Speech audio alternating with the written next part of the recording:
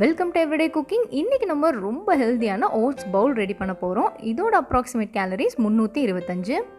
இது செம்ம டேஸ்டான ஒரு வெயிட் லாஸ் டயட் ரெசிபி. கண்டிப்பாக ட்ரை பண்ணுங்கள். இங்கே நான் இந்த ரெசிபிக்கு கொஞ்சமாக ஒரு அரை ஸ்பூன் அளவுக்கு சியா சீட்ஸ் எடுத்துக்க போகிறேன். இது ஆப்ஷனல் தான், வேணும்னா மட்டும் எடுத்துக்கோங்க. இதில் நான் கொஞ்சமாக தண்ணி விட்டுருக்கேன். இது 10 நிமிஷமாக ஊறியிருக்கு. இதோ 10 நிமிஷத்துக்கு அப்புறம் இந்த மாதிரி ஜெல் மாதிரி ஃபார்ம் ஆகிருக்கும்.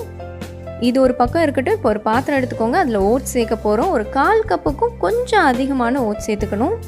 எந்த அளவுக்கு ஓட்ஸ் எடுத்தீங்களோ அந்த அளவுக்கு பால் எடுத்துக்கோங்க. அதே அளவுக்கு தண்ணியும் சேருங்க. இதை நல்லா கலந்து விட்டுட்டு அடுப்பில் வச்சு கிளற ஆரம்பிக்கலாம்.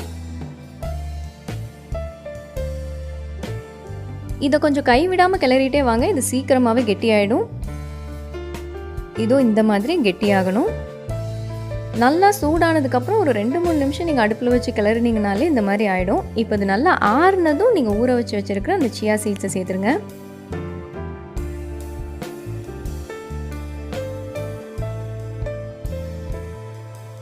இதை இப்போ ஒரு சர்விங் பிளேட்டுக்கு மாற்றிக்கலாம்.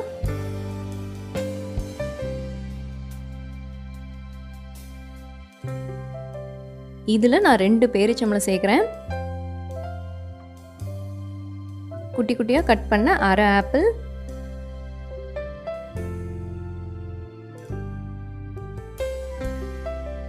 அரை மாதுளம்பழம்,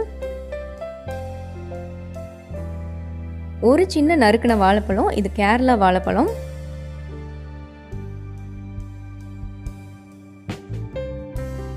ரெண்டு நறுக்கின பாதாம்.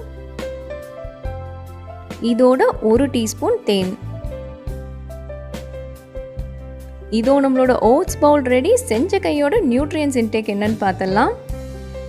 நான் செஞ்ச மாதிரியே அப்படியே ஃபாலோ பண்ணியிருந்தீங்க அப்படின்னா உங்களோட ஓட்ஸ் பவுலில் 7.2 கிராம் ப்ரோட்டீனும் 7.9 கிராம் ஃபேட்டும் 63.5 கிராம் கார்போஹைட்ரேட்டும் 11.2 கிராம் ஃபைபரும் இருக்கும்.